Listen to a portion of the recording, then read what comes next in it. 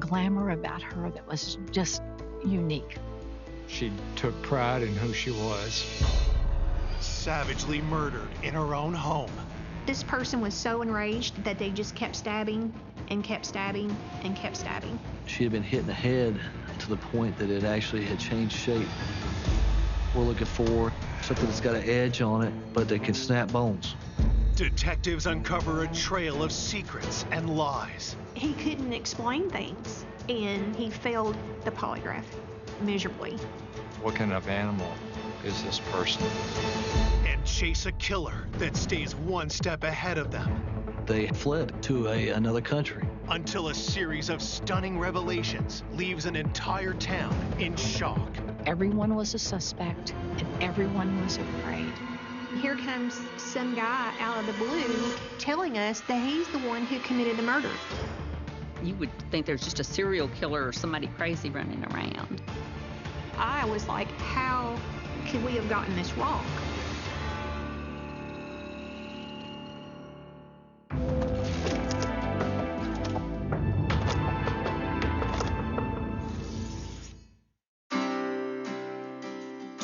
Southwest of Louisville, Kentucky, lies the quiet town of Madisonville. Madisonville, Kentucky is a small community. It's built on coal mines and agriculture. It's a close, tight-knit community. There's not a lot of crime in our area. They call themselves the best town on earth, and for the most part, they truly believe that. On January 13th, 2003, Madisonville police receive a call from an elderly man for a wellness check on his 85-year-old fiancée, Anna Mae Branson. Her fiancé, Dr. Bob Fenneman, was afraid that she may have fallen or that she had had a stroke of some type. He knocked on the door and couldn't get her to answer. And that's when he became worried. And he called Anna Mae's brother and the local police department. An officer meets Anne's fiancé and brother outside her house. Finding a backup key under a bush, they enter the home to look for her. The patrol officer went in one direction. Dr. Bob Fenneman was looking around, and Earl Winstead, her brother, went down to the basement. When he got to the bottom of the basement steps, he said, "I found her." It appeared at first though she could have fallen. But then upon seeing all the injuries to her body, it was obvious that Miss Branson had been murdered. Homicide investigators are called to the scene and are shocked when they arrive. Miss Ann was a friend of my mother's, and it was quite devastating. She was on her stomach. Her legs were extended. She had many, many stab wounds to her back. She had been hit in the head to the point that it actually had changed shape.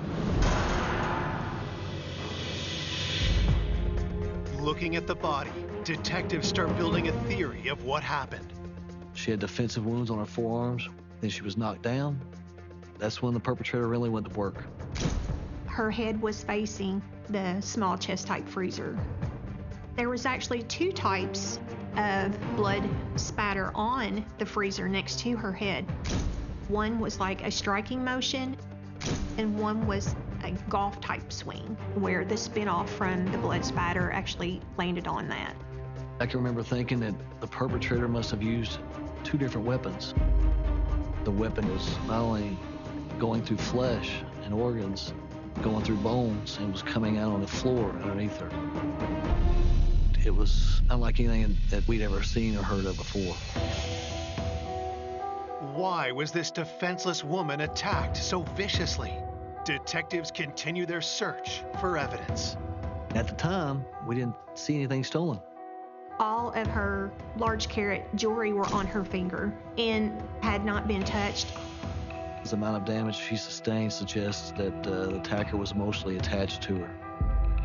You think about someone leaving the area dripping blood from, their arms, and not to find any blood on the door frames, handrails. It was surmisable that person had taken the time to clean up the crime scene. But other than the evidence on the freezer and the amount of damage that she had sustained, there was no other real clues. News of Ann's death spreads quickly in the small town.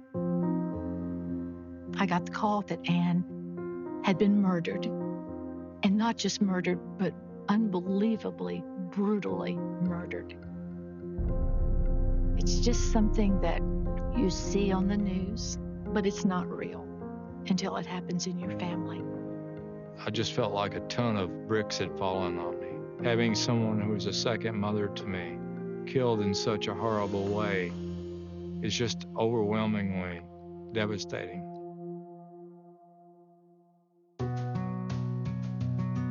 Anna Mae Winstead was born in Madisonville on November 30th, 1917. And from the beginning, she stood out from the crowd. Ann was effervescent. She just had a confidence about her, a glamour about her that was just unique. Anna Mae was a very flamboyant lady. She had a zest for life. In 1935, Ann married her high school sweetheart, Carol Branson. When Anna Mae and Carol were first married, they were poor. During World War II, Anna Mae was a Rosie the Riveter, working on fighter planes. But that was just the start for her. After that, she liked business and she stayed in the business world. In 1950, the hardworking couple used their savings to buy a Dairy Queen franchise. The center of the town was the Dairy Queen, and everyone went there for date night. Miss Ann, as a boss, was a demanding person, but she also made you feel like you were part of the family there. They literally became multimillionaires through this Dairy Queen. When Ann's husband, Carol, died in 1994, Ann was ready to take on a new business challenge. She would get these older houses, and then she would make them fabulous, and then she would rent them. Anna Mae was one of the most successful business people that I've ever known, even in her older age. Ann was generous with her renters, and she was generous with her family. And everyone knew that they could borrow money from Ann, but they would have to pay it back. Anna Mae was so much of a businesswoman that she kept a ledger with information about people that owed her money. In her later years, family and business weren't the only things in Ann's life. Several months before her death, Ann had met retired eye surgeon Dr. Bob Fenneman. Dr. Bob lived in Evansville, Indiana, about 50 miles from Madisonville. When she and Dr. Bob first started dating, she said, "Well, I've got a boyfriend." The very last thing that Anna Mae acted like was an old lady. When I found out that she was murdered, that just totally shocked me. At the crime scene, detectives examined the rest of the house for clues. There were no signs of forced entry into her residence. Nothing was ransacked, like somebody was searching for something. We didn't have any idea who had committed such a violent act on an 85-year-old woman. What kind of animal is this person? While forensics continue their work, detectives speak to the two men who alerted police, her fiancé Bob and her brother Earl. Earl was asked to establish a timeline for that Sunday, and he had provided an alibi where he was with family at the time of the murder, and the family did substantiate his whereabouts. What about Ann's fiancé?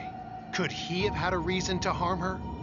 In a homicide of this magnitude, you need to ask who's in a relationship with this victim. When we interviewed Dr. Bob Fenneman, he was emotionally distraught. Dr. Bob did ask Ann to marry him. She did accept his 3-carat diamond ring, but she had not set a date. They had talked about whether they would have some sort of agreement because she did have a lot of money, but she was kind of hesitant. Police want to know, had Ann's hesitancy about Bob caused him to turn against her in a violent rage? This person was so enraged that they just kept stabbing and kept stabbing and kept stabbing to inflict that many injuries. This was a personal crime. Coming up, Buried secrets are brought to light. We all thought he was a family man, thought he was a churchgoer. She explained that her alibi had been coerced. While detectives unearth suspects with violent pasts. He had several assaults in his past. We're starting to think, hey, this could be our guy. They had already stabbed another woman. We would never have dreamed who the killer was.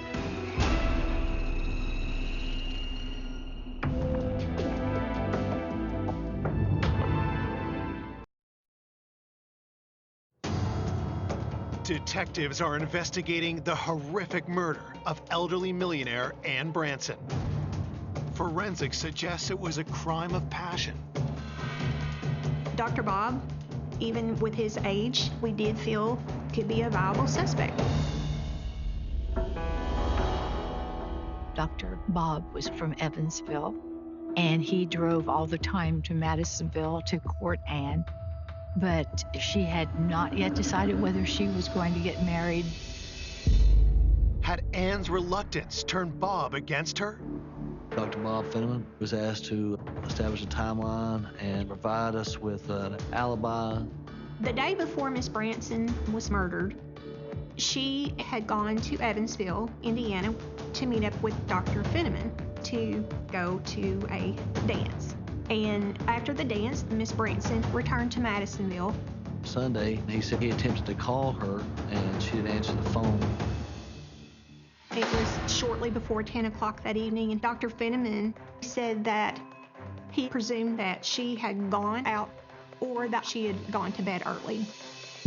So the next day, he said he became worried, and he said that's when they discovered the body at the bottom of a staircase.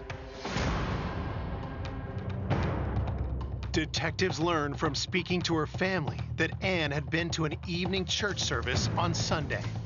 Miss Branson's estimated time of death was on that Sunday evening after she returned home from church.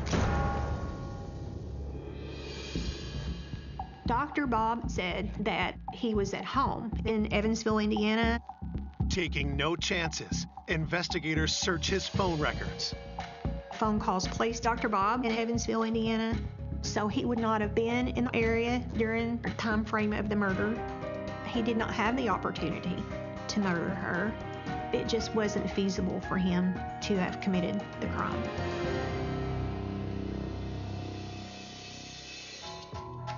After clearing Bob as a suspect, they ask if he can think of anyone who would harm his fiancée. Dr. Bob recalled that her handyman, Wayne Shelton, had borrowed money from Miss Ann in the past, and the amount was more than what a handyman should be borrowing from his employer. Mr. Shelton also owed child support. He was trying to provide the court system a statement that she would guarantee his employment, and Miss Branson did not feel that she could guarantee him employment. So she had concerns over it. The fact that the maintenance man had a financial relationship with the victim made him a person of interest that we wanted to talk to. Detectives contact Wayne Shelton and ask him to meet them at Ann's house. Wayne Shelton came to the crime scene when we were there, and I explained to him the circumstances of what had occurred. He was extremely shaken. He was in disbelief. Police cut to the chase and ask Wayne where he was on the night Ann was murdered. His alibi was he was in another county visiting with his daughter during the murder of Ann Branson. Knowing Wayne's alibi is weak, detectives take him to the station for a polygraph. But there's just one problem. Wayne Shelton had a heart condition. It was so fragile that it kept him from even being able to take a polygraph. So the polygraph examiner refused to give Mr. Shelton a polygraph. Frustrated by this setback, Ann's nephew, Jack Branson, a retired FBI officer, pulls some strings. Mary and I hired a retired FBI polygrapher, and Wayne Shelton said, yes, I'll be polygraphed. Jack's polygrapher takes Wayne Shelton carefully through the test questions.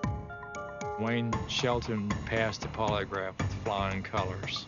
So at that point, we were able to say, okay, he passed the polygraph. He did not do it. As investigators search for new suspects, news of the savage murder puts the whole town on edge. This had been a little town where literally people didn't lock their doors. And all of a sudden, everyone was a suspect and everyone was afraid. The community needed to know if they had something to fear. So it was pressure all the way around to get this crime solved. As word spreads, police begin to receive tips from the public. We received a tip that there was a black pickup truck at the residence after 12 at night. Could the black truck belong to the killer?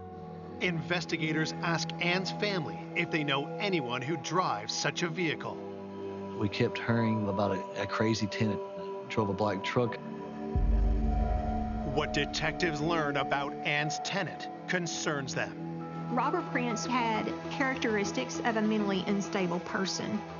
He would actually call her in the middle of the night and say that he had ghosts up in his attic, and would she please get rid of the ghosts? Ann always said she was nervous around him, and she didn't like it when he came to the house, and he called her at all hours of the day and night.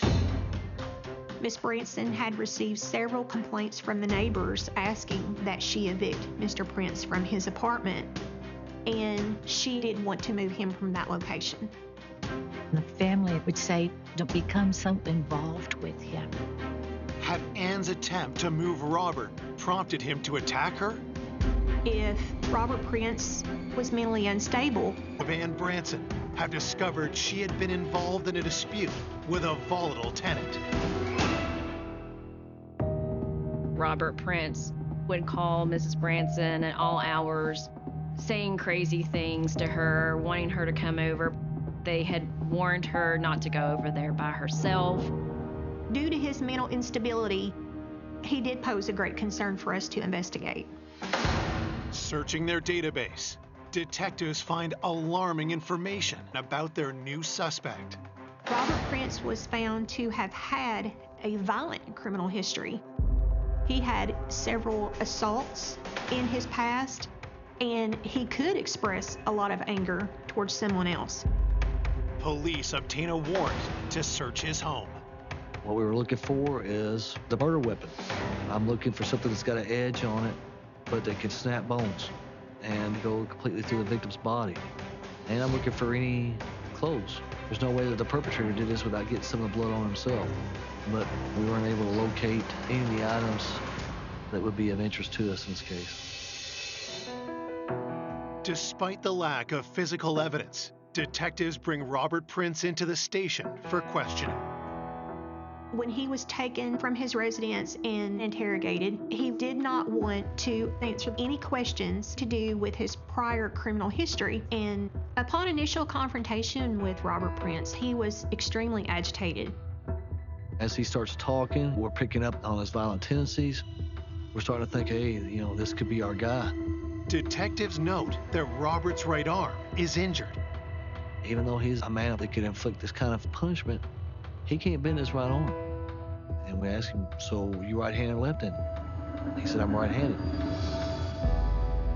Detectives wonder, could Robert have hurt his arm attacking Ann? He said he was in another state at the estimated time of death for Miss Branson.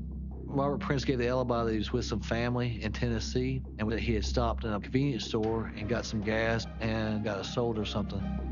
With nothing concrete linking Robert to the homicide, police have to let him go, and detectives get to work checking his alibi. We contact that convenience store, pull surveillance video, and lo and behold, there's Robert Prince on camera. And in addition to that, prior to Miss Branson's murder, Robert Prince had surgery to his elbow area and his arm, and according to his doctor, if he had inflicted those injuries upon Miss Branson, then all of his staples and his stitches in his arm would no longer be intact. So The alibi and surgical area just ruled him out as a suspect. Back at square one, detectives are relying on the autopsy to break open new leads. The autopsy revealed that Mrs. Branson was stabbed about 97 times throughout her body. Her skull was pulverized. She was beaten so badly that a lot of the stab wounds were actually inflicted after she had passed away. The evidence technician said that we're not talking about just a regular old steak knife. It's something that's very heavy because the blade is going through her bones, through her organs, and was coming out on the other side. While the autopsy fails to identify an actual murder weapon, it gives a clear estimate of Ann's time of death. There was a pot on the stove, which she had baked her supper. She had eaten. We were able to analyze the food in her stomach. And based on the absorption rate principle, the time of death for her was approximately 30 minutes after she got home from church. It was determined that her time of death was between 7 and 7:30 p.m. As police continue their search for the killer, Ann's family struggles with her death. Mary and I walked over to Earl's house to see how he was dealing with the grief. And his son, Russell, took us in to see Earl. The whole family was in shock, and everyone was just questioning who could have possibly done this. Earl and Russell, they were both saying, we'll be glad when we found out who did this. And we understood that was exactly how we were feeling. As the family grieves, Madisonville residents question whether their town really is the best town on earth. When the town found out that Miss Branson had been murdered, it scared a lot of people because you would think there's just a serial killer or somebody crazy running around to have done that. This is Madisonville, Kentucky, coined best town on earth. You cannot have an unsolved murder of one of its most prominent members. It can't happen. As detectives contemplate their next move, an unexpected tip sends the case in a new direction. We're day 4 or 5 into this investigation, but we have nothing strong yet. And then we get a phone call. That was the pivotal turning point. The caller is a local mine worker named Jeff Hibbs. Jeff Hibbs has some information about one of Anna Mae's nephews, Russell Winstead. That phone call basically shocked and rocked our investigation.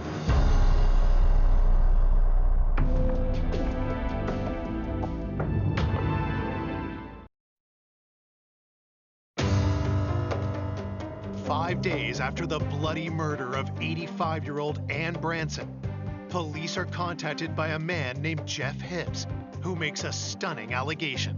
Jeff Hibbs believed that Russell Winstead had some involvement with the murder of his aunt, Anna Mae Branson. Russell Winstead was known as a coal miner, a hard worker. He had 3 sons. He was married to Terry Winstead. It was known that he and his family attended church regularly. Jeff claims that Russell has a secret unknown to his family.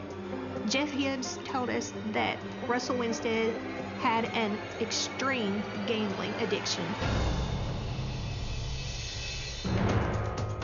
He also tells detectives that he'd gone gambling with Russell a few nights before Ann's murder. Russell told Jeff he had gotten a loan from his aunt that he had to repay by Monday morning, and that he had $9,700, and he lost every single penny of that money.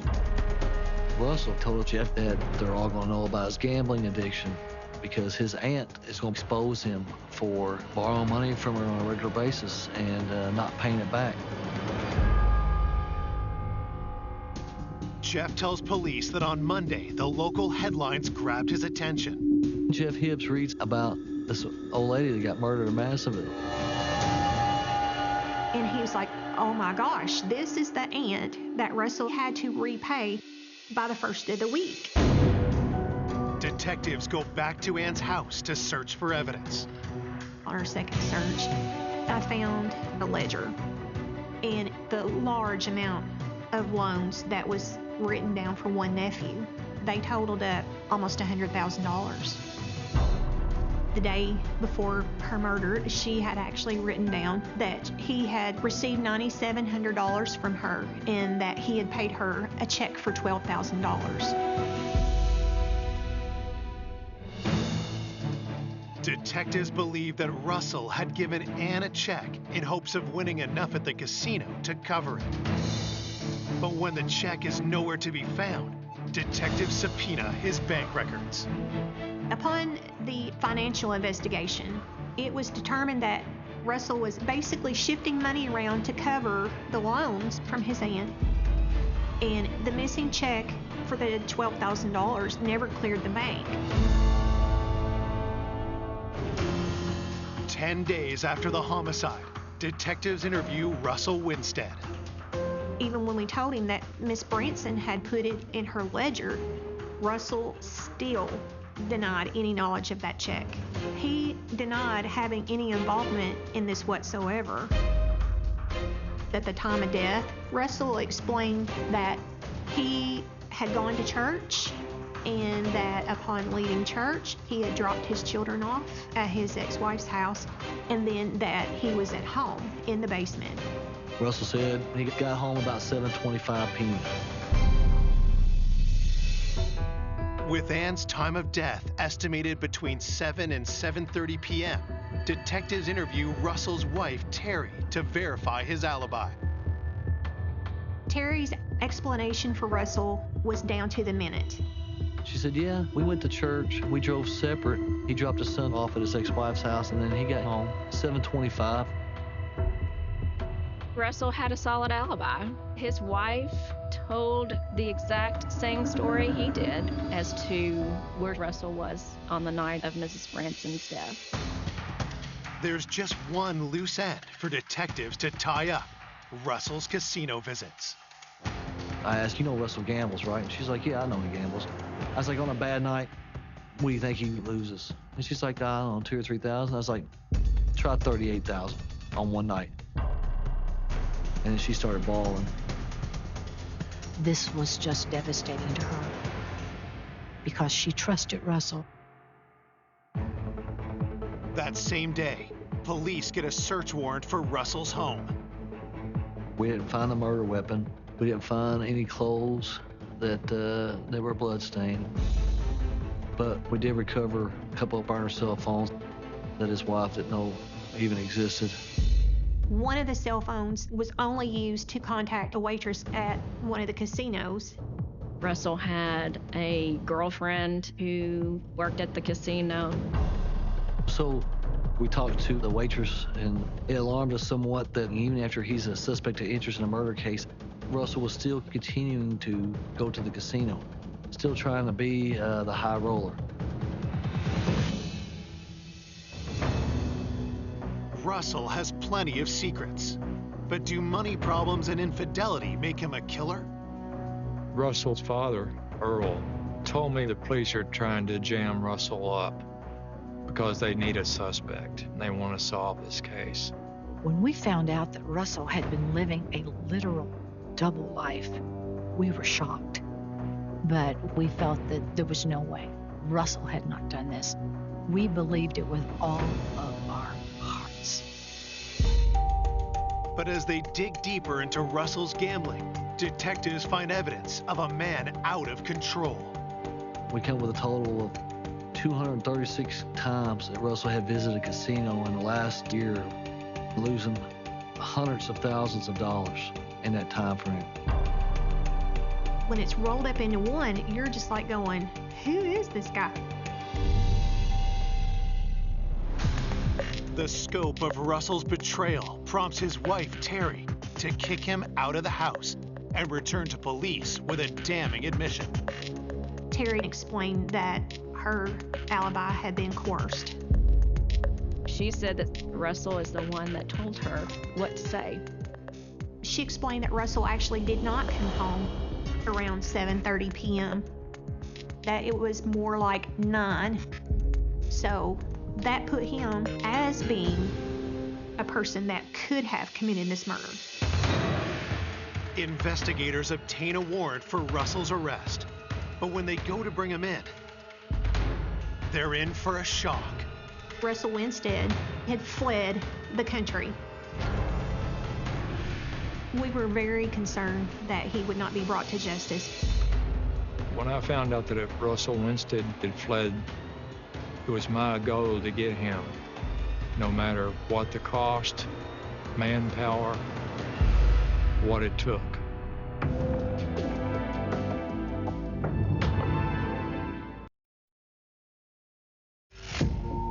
The prime suspect in the murder of Ann Branson is her nephew, Russell Winstead. But before investigators can make an arrest, Russell goes on the run. For Russell to have fled the country, it was shocking to all of us. An innocent man doesn't flee like that. This is the last straw, and he has to come back. I have never been a person that takes waiting very well, and our son came up with the idea of putting this case on America's Most Wanted. If you've seen Russell Winstead, please call our hotline tonight, 1-800-CRIME-TV. They aired the show February of '05, and then in May of '05, Russell was spotted at a casino in Costa Rica. He was living under a pseudonym. He was still bouncing from female to female, and he was living the lifestyle that he attempted to live here. We knew where he was. We wanted justice. There's just one problem. With Russell facing a potential death sentence at home, Costa Rican authorities refuse to hand him over.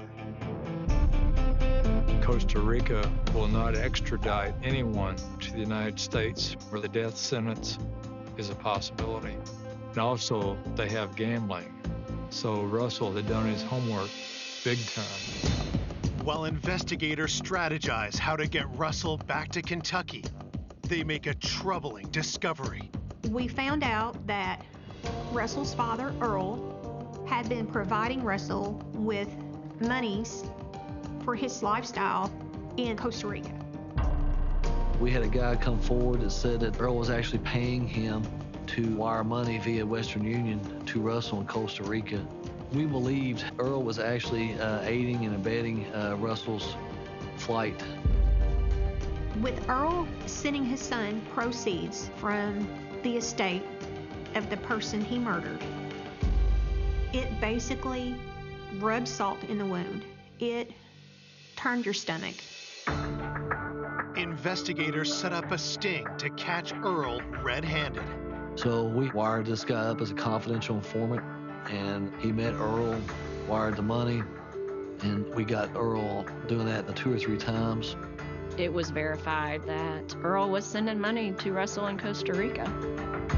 While investigators find no evidence that Earl was involved in his sister Ann's murder, they arrest him for helping his son evade justice. It really struck all of us by surprise. The thought that Russell Winstead's father, Earl Winstead, was sending money down to live on in Costa Rica just sat like a burr under a saddle with me. I remember Earl being led out in handcuffs because he was arrested for helping a fugitive. But what really hurt us deeply was the fact that we knew it was Ann's money that was paying for her murderer.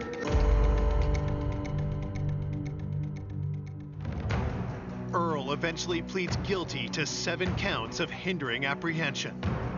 He was placed on probation for 2 years, and if he contacted Russell at any point during those 2 years, then he would have to serve jail time. While Earl faces legal trouble at home, federal authorities move in on Russell in Costa Rica. Russell was observed at the gambling casinos. They felt that that was probably the safest place for them to take him into custody. So as Russell was leaving the gambling casino in Costa Rica, he was apprehended. He was arrested in May of 2005 in Costa Rica. We did not get him back to Kentucky until February of the following year. Extraditing someone back from another country takes a lot of time, and federal authorities had to make assurances that we would not seek the death penalty against Russell. It took us 7 months to extradite him back to the United States. To know that it was taking this long was very hard. In fact, every time we'd visit the cemetery where Emma is buried, I'd say, we're gonna get him. We're gonna get him. It was a long, slow process.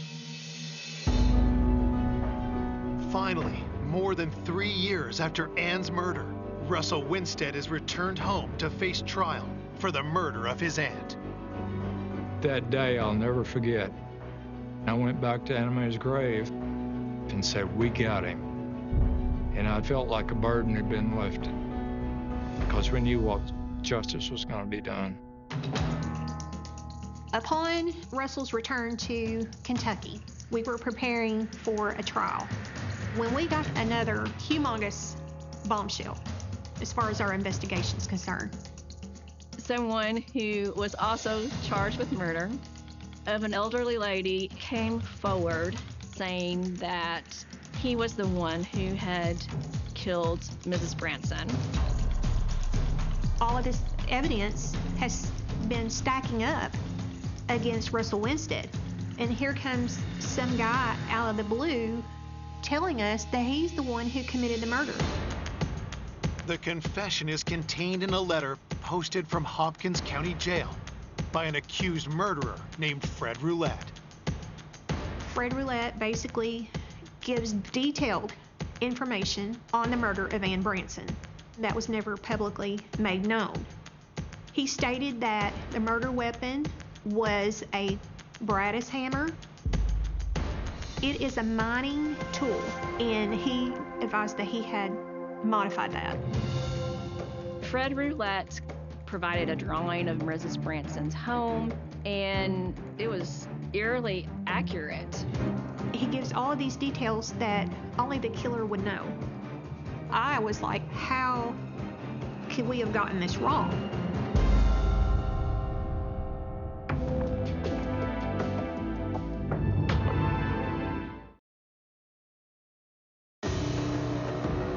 Police have arrested Russell Winstead for the brutal murder of his aunt, Ann Branson.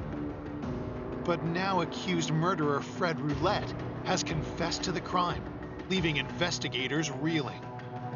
Fred Roulette was also charged with murdering an elderly lady.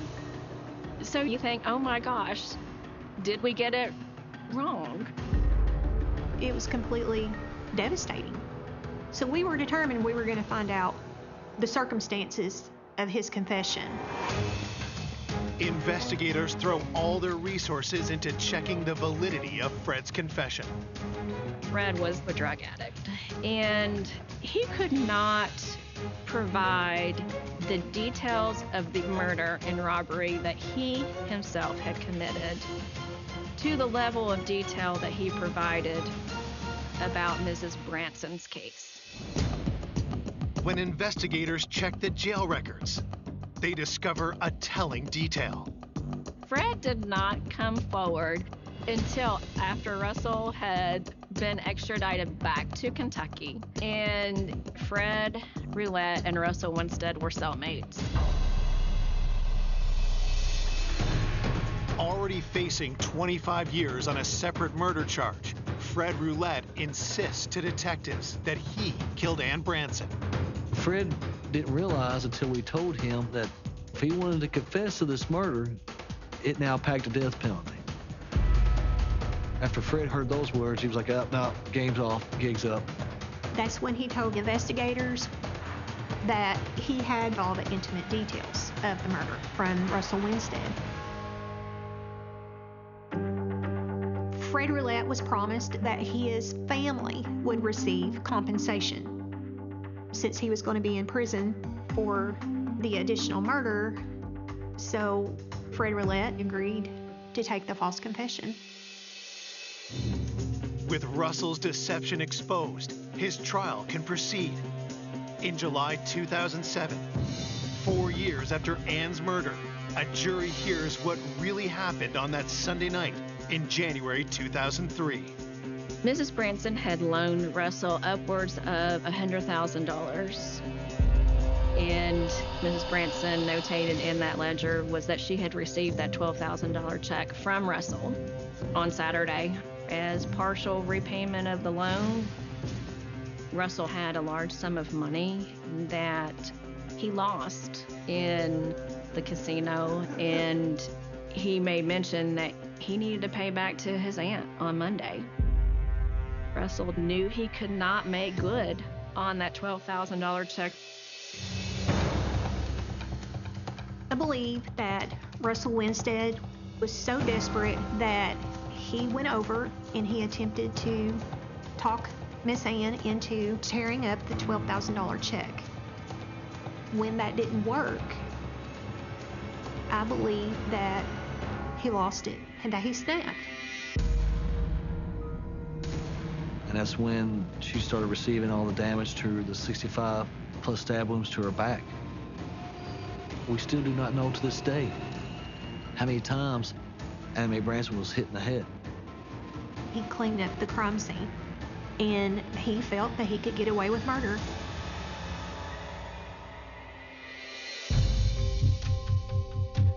Russell Winstead is convicted of murder and first-degree robbery. He is sentenced to life with the possibility of parole after 25 years. We all thought he was a family man, thought he was a churchgoer, but he was leading a secret life when he was off work. Gambling, hid it from the family, hid it from his wife. We would never have dreamed who the killer was. Of all the people that we could have looked around in a crowded room and said, that's the person, it would not have been the person that ended up being the killer. When they announced the verdict, relief washed over me like Niagara Falls, a relief that this jury saw through Russell Winstead, and he did not fool them. Finally, Miss Ann got her justice, and everybody who loved and knew her got a form of justice. I miss Ann every day.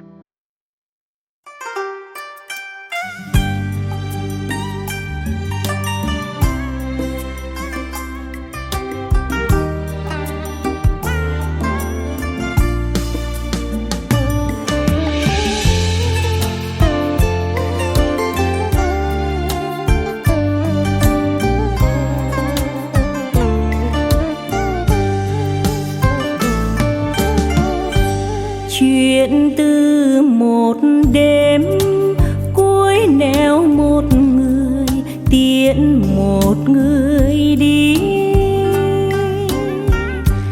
đẹp tựa bài thơ nở giữa đêm sương nở tận tâm hồn. Chuyện một mình tôi chép dòng tâm tình tặng người chưa biết một lần. Vì giây phút ấy tôi tình cờ hiểu rằng tình yêu đẹp nghìn đời là tình yêu khi đơn côi. Vào chuyện từ khi khoác bờ vai một mảnh áo dạ đường khuya, bồi hồi người trai hướng nẻo đêm sâu dấu tình yêu đầu. Vì còn tìm nhau lối về ngõ hẹp còn chờ in dấu chân anh. Niềm thương mến ấy bây giờ và nghìn đời, dù gió đua ra xưa sao còn đẹp như khi quen nhau.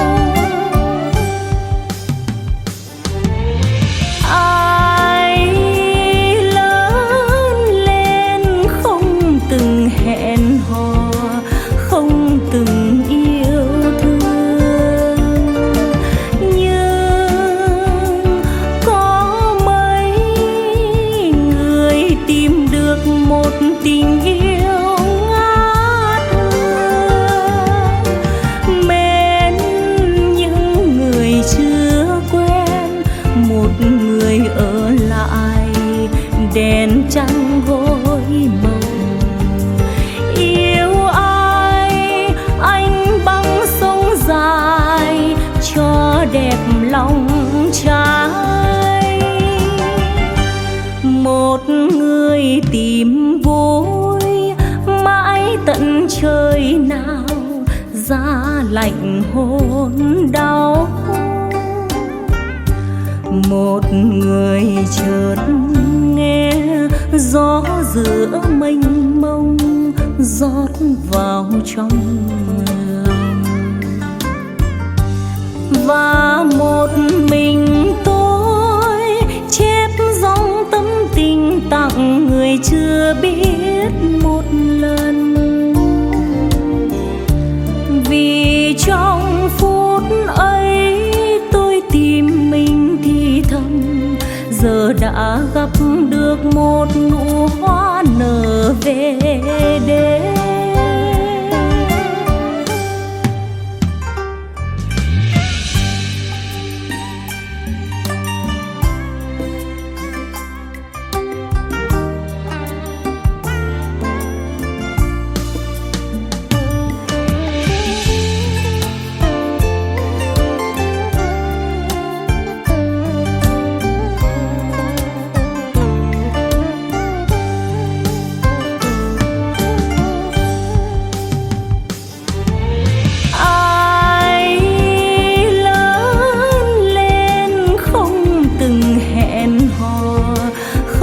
Từng yêu thương, nhưng có mấy người tìm được một tình yêu ngát hương, mến những người chưa quen, một người ở lại đèn trăng gối mộng. Yêu dài cho đẹp lòng trai, một người tìm vui mãi tận trời nào, giá lạnh hôn đau. Một người chợt nghe gió giữa mênh mông rót vào trong, và một mình tôi chép dòng tâm tình tặng người chưa biết một lần. Vì trong phút ấy tôi tìm mình thì thầm, giờ đã gặp được một nụ hoa nở về đêm. Vì trong phút ấy tôi tìm mình thì thầm, giờ đã gặp được một nụ